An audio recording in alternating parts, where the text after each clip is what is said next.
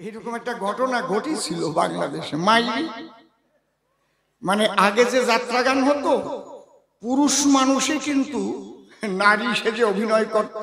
ঠিক বলছি না? ভালো ভালো কায়দার কায়দার চেহারা, মনে হয় বারুইপুরের চেহারা, আর সবকিছুতে সাজাই নিয়ে একদম এক দারোগা পাগল হয়ে গেছে নায়িকার অভিনয় দেখি। আসলে পুরুষ মানুষ। মাইরি কি বলবো আপনাদের কাছে, গান যখন শেষ হয়ে গেছে, দারোগা পিস্তল টিস্তল নিয়ে ঢুকিছে। যুবক দারোগা, ওরে বিয়ে করবে, ওরে বিয়ে করবেই করবে। সে নায়িকা গেল কোন জায়গায়, চাইয়ে দেখে তাই ওর মধ্যে একটাও মেয়ে মানুষ নাই। যাত্রার দলের মালিক ডাক দিয়ে কয়, ওই তো আমাদের নায়িকা বসা রয়ে। কয় তো পুরুষ মানুষ। আমি তো নায়িকারে বিয়ে করতে সেই জায়গায় মাইরি চোখ শুয়ে করছি। সত্যি আমার ঠাকুর দাদা কইছে এই কথা। কি গন্ডগোল বাজে গেছে। দারোগা কয় তারে এখান থেকে সরাই দিয়েছে, হবে না, নিয়ে আসে। ভেজালটা কি বুঝিস? বুঝিয়ে দেখো তোমার এইবার মাইয়া মানুষ সাদা ভাবে ঠিক পাবে। এই জন্য রাধে রাধে, এই জায়গা আবার রাধে রাধে ঢুকলো কোন জায়গাতে। চুপ করে থাকেন সবে, মাঝে মাঝে তো একটু রসিকতা হবেই হবে না।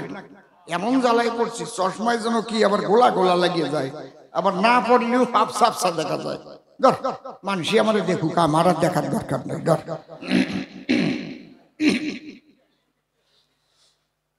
তাহলে এই জন্য চরণ ধরে করি মানা, গ্রিন রুমে যে যেন আবার সেই মাইয়াটারে খুঁজে নিলাম, মীরাবাই গেল কোন জায়গায়। ও পয়সা দারোগা এই জায়গা আসে নাই। তাহলে এইবার আমি মীরাবাই, মীরা সেজে গান গাই। বিপক্ষ কবি যে প্রশ্ন করেছে উত্থাপন, সে বলেছে আপনাদের গোচরে সে আমাকে বিয়ে করে তার ঘরে করেছে আনায়ন। এইবার তাদের হচ্ছে কুলদেবী মা কালী, তার চরণে দেয় অঞ্জলি। খুব ভালো কথা। আমাকে যখন মায়ের পায়ে প্রণাম দিতে কয়, ও যা বলে গেছে তাই আমি নাকি প্রণাম দেই নাই, এই নিয়ে প্রথম সমস্যার হয়েছে উদয়। তাই তো শুনলেন, যত নারী নর বহির্বাটিতে আমাকে বেঁধে দিয়েছিল ঘর, সেখানে নিরন্তর আমি কৃষ্ণ গুণগান করি সর্বদাই। এইবার ওখানে নাকি কি ত্রুটি পড়লো, তারপরে কামান দেখে দিয়েছিল, ঘরের এক কোণা উড়িয়ে গেল। আমার নাকি একটু ভয় দেখাতে চায়, তাই বলে না। এইবার আমি নাকি মীরাবাই বলেছি তোমার ঘরে থাকার ইচ্ছা নাই, আমি এবার ব্রজে চলে যেতে চাই। এখান থেকে প্রশ্নপত্র করেছে উত্থাপন।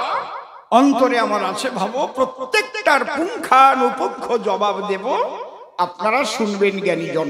খালি শেষেরটার জবাব দেব না, কোনটা সাধু কইছে ওই সাধু এক পালা গান দেবে, উত্তম আর অসীমরে নেবে, ওনার আশ্রমে যেয়ে গান গাবো। পরের গাড়ে চাপিয়ে প্রশ্ন পাতাইছি, ওটা হবে না।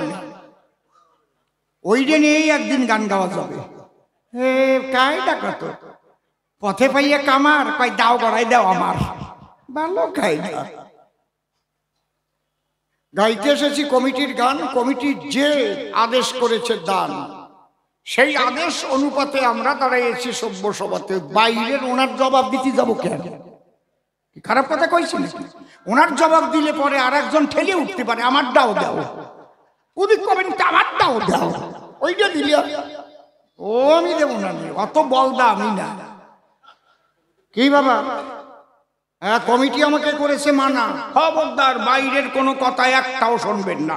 কমিটি 4-5 জন যে মানা করছে, বাইরের কথা শোনা শুনি নাই। বাইরের কথা শুনলে পরে এইরকম কাগজ দেবে ছুঁড়িয়ে, আপনি কয়টা বলবেন এ আসরে। এবং এমনকি কেউ যেন কোনো পুরস্কার দিতে ও কমিটির অমতে আসরে ঢোকে না। মালা একটা দেশে, ওটা আমি নিছি, কারণ ফুলের মালা তো আর মানা করা যায় না, তাও পারমিশন নেওয়ার কথা কইছিল। তাহলে প্রথম প্রশ্ন করেছে দান, মায়ের পায়ে তুমি প্রণাম করলে না কেন? দিচ্ছি আমি সমাধান। আমি যে মায়ের পায়ে প্রণাম দেব না এরকম মন আমার নয়। আমি চিন্তা করলাম মনে আমি প্রণাম দেব মায়ের চরণে, কিন্তু বারান্দায় একজন পুরোহিত ব্রাহ্মণ বসা রয়। ব্রাহ্মণ বললে একটু ব্রাহ্মণদের অসম্মান হয়, ওনাকে পুরোহিত বলাই ভালো সব সময়। আমা চরণ ধরে করি মানা, মা তোমরা একটা কথাও বলবে না, কি সুন্দর হরিবাসর, এত নীরবতা তুমি কয়জন কয় জায়গা পাবা? এধারে কবে কথা ওধারে ঠেলে উঠবে। এটা এই রাসের মেলার একটা ঐতিহ্য। হাজার হাজার মানুষ আসে একসঙ্গে, সবাই বসে, মনে হয় কোনো শব্দ নাই কারো নিঃশ্বাসে, সেইভাবে এখানে কবি গান করে শ্রবণ। এই জন্যে আমি বারবার করি মানা, এই আসরের মর্যাদা ক্ষুণ্ণ হওয়ার মতো কোনো কাজ কোনো মা বাবা কেউ করবেন না। আমার দিকে লক্ষ্য রাখবেন সর্বক্ষণ। তবে আমার যদি কোনো জবাব বাদ পড়ে, হয়তো ছোট চিরকুট লিখে দেবেন আমারে, যে এই জবাবটা আমরা পাই নাই। আসলে ভালো কথা না?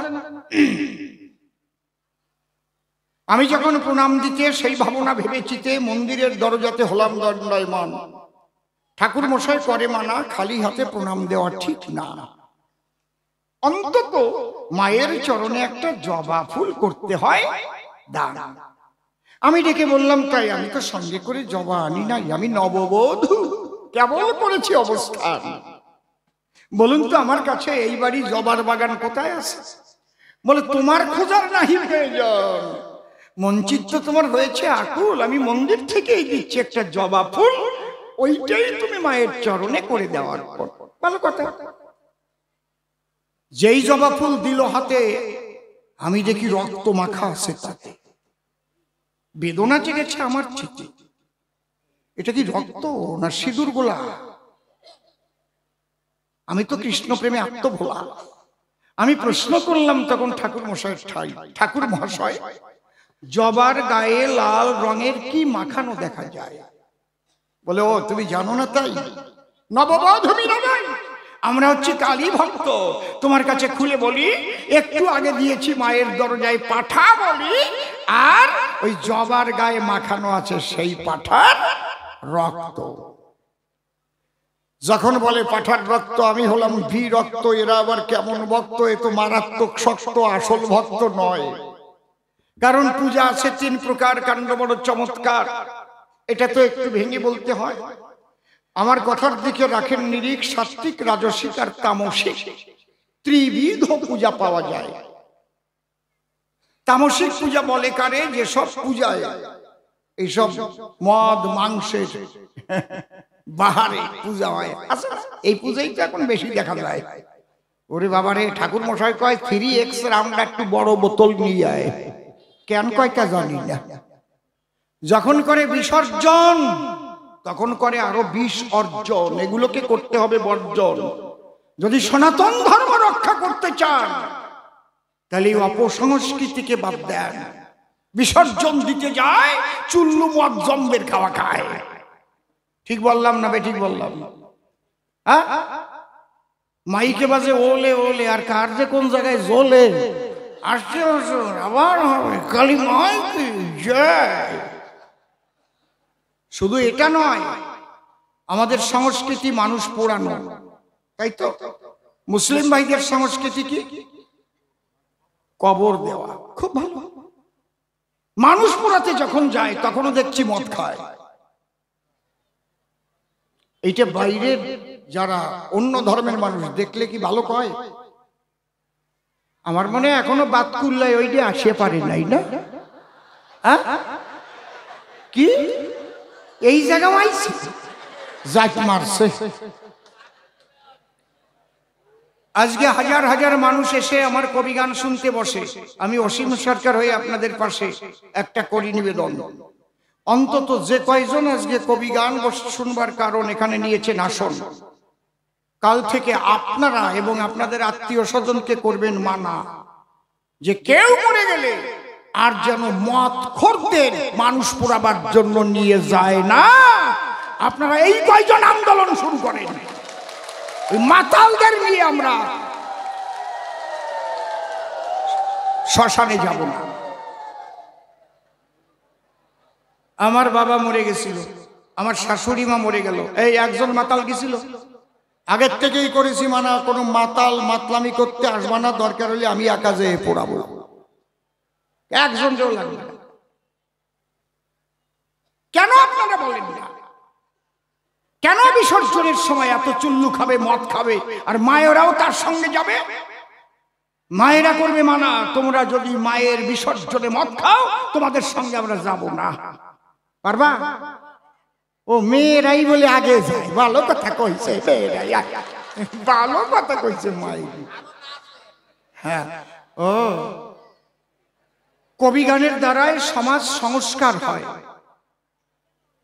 এই যে যে অপসংস্কৃতি বলি আপনাদের, সম্প্রতি আসতে যখন দেখলাম, এইবার আমি ভূমিকায় করি পদার্পণ, এইবার আমি মীরাবাই, আমি আর অসীম সরকার নাই, মাঝখানে কিছু কথা আমি করে নিলাম আলাপন। ওই রক্ত দেখার পরে যখন জিজ্ঞেস করেছিলাম ঠাকুরের ধারে, বলে এটা পশু বলির রক্ত ছাড়া অন্য কিছু নয়। তাহলে পূজা আছে 3 প্রকার, বলেছি কাণ্ড বড় চমৎকার।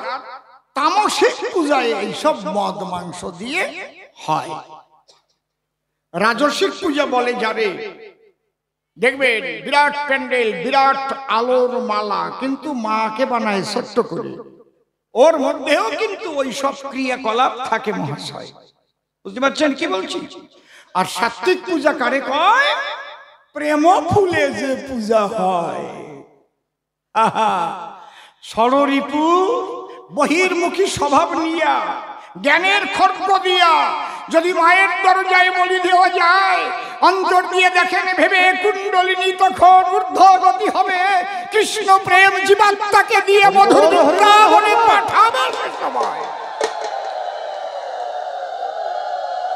মায়ের পূজায় যারা দেয় পাঠা বলি, তাদের আমি পাঠা বলি।